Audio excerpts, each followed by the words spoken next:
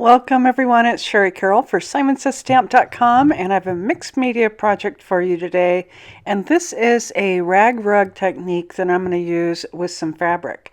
I'm going to start off with the Doodlebug frame. This is a really great shadow box, and I'll be putting my project inside. I love this frame because it's sturdy. I've had my husband drill a hole in the back so that I can string some lights to create my project. But I love these type of hooks where you can take off the back easily.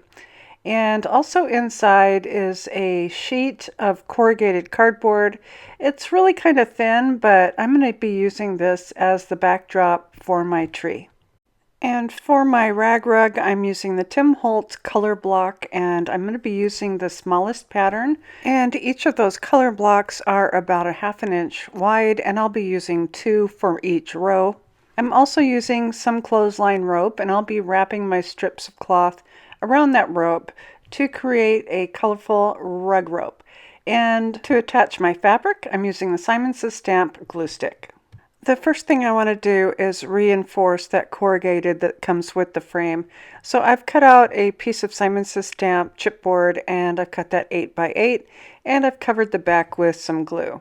So all I need to do is smooth out my glue a little bit so that I don't have any bumps or edges, and then I can place my corrugated right back on top and set that down and set it aside to dry. Next, I'll be using my Simons Stamp Everyday Scissors, and I'll be cutting up some strips, and I'll be cutting these lengthwise, and I'm using 2 of those rows of color at a time. So I'll be cutting 3 different color patterns in all. The Simons Stamp Everyday Scissors are really great to use even with cloth, and it just zips right through cutting my strips. So here I have my 3 sets of colors. I have my blues and teals. I also have greens and yellows, and oranges and pinks. To get this started, I am using my glass mat, and I'm going to start off with my glue stick on the back side of the fabric. And I'm just going to press this right into the cloth, and I'm working up about 1.5 inches, so I make sure that I have some really good coverage. And next I'm going to lay my rope at about a 45-degree angle right off to the side, and then I'm going to fold that first corner over and press that down, and then press it up into that corner. And next I'm using a little bit more glue in that upper corner, and then I'm going to fold it down and press it down. And this is going to start off my first strip. So I'm going to make sure that my rope is off to the right. And now I can start wrapping that, and I'm going to pull that tight every time. And I'll flip that fabric over the rope, pull it tight, and here's the start of my blue. So when I'm doing this process, the first color that's showing will show, and then the second layer, as you wrap it around, it's going to cover up that second or the right side of that fabric. So this one really looks nice with all those teals and blues.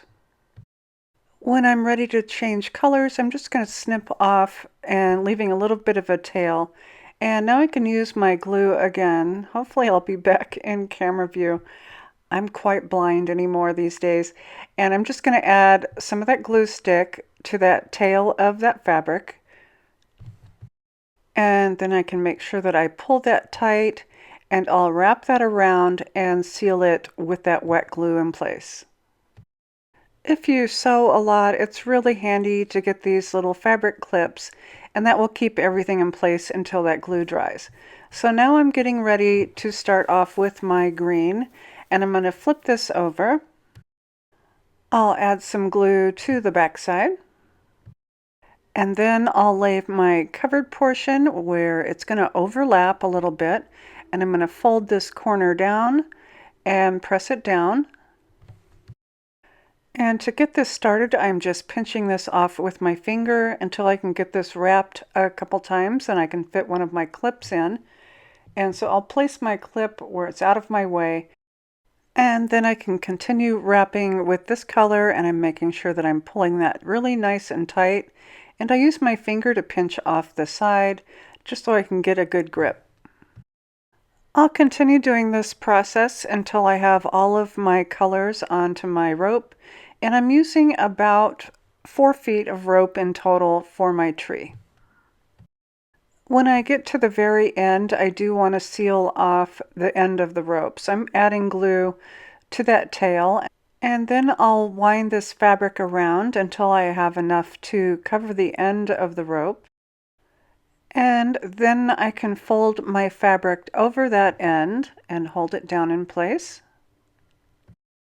And add some more glue stick if needed. And make sure that you get rid of all the extra frayed hairs, and then wrap this around tightly. And you could use a pin or a clip to keep it in place until your glue dries. While my rope is sitting and all the glue's drying, I'm going to distress this corrugated a little bit.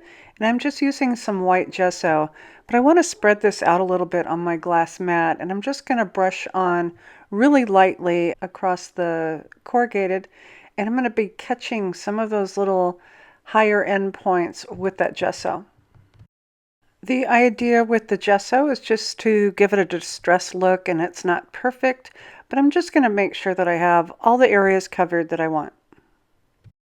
Okay, next we're getting started on laying down the rope. I have my hot glue gun and my back panel is dry. And I want my tree bottom to be about 4 inches wide, and this will fit nicely across that frame.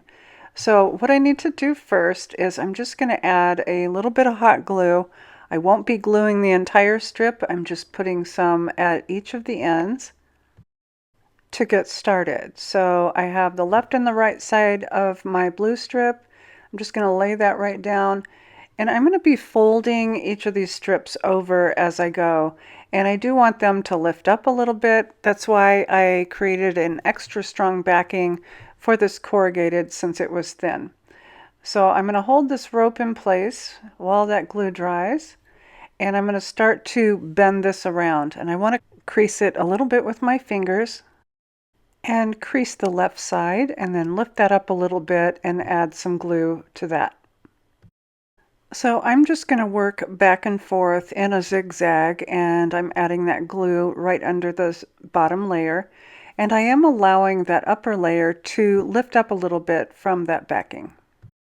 There's a spacer in the frame, and it's nice to use that as a guide to how tall my little tree limbs can be. So they are sitting up. It's kind of hard to tell looking straight on, but that spacer really helps so I know that it's not going to sit against the glass. As I've worked up the tree, I've gotten smaller and smaller until I have that triangle looking type of piece, and I'm just going to be gluing these last few pieces down in place until I get to the top. And for the top part, I have turned this upside down so that I can see it a little bit better. And I'm just going to end right at the top center. And here's how my tree looks before I decorate it with some pearl baubles and lights. So for the frame, my husband did poke that hole through the back, and I have the back battery panel, and I brought this forward, and I've also punched a hole into my corrugated, and I fed my lights right through. I'm using the entire strand of lights for this project, and I'm just feeding these under each of those rows of my tree, and I'll just be kind of evening them out before I go to the next step. And with my lights in place, I can start using the baubles from Tim Holtz. I've chosen the pearl ones over the glass ones, and I'm using some different sizes, and I'll be filling in some of these holes as I go along, and I'm using my hot glue gun to attach them down in place. I've put everything back into the frame, and I'm using a Tim Holtz Christmas word plaque, and I have just rubbed some of my white gesso over those letters with my finger, and I'm going to be attaching this down with some of our Simon Says Stamp 3D foam strips. This will fit perfectly onto that plaque and is sticky enough to hold this in place. I'm using my fingers as my guide to make sure that I have this centered. And just like that, I have another Christmas project to give away.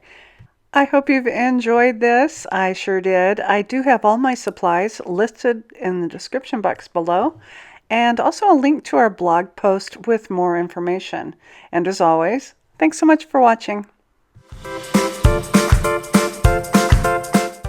Hi Hi there, I'm Heidi, Simon's mama and founder at simonsaysstamp.com.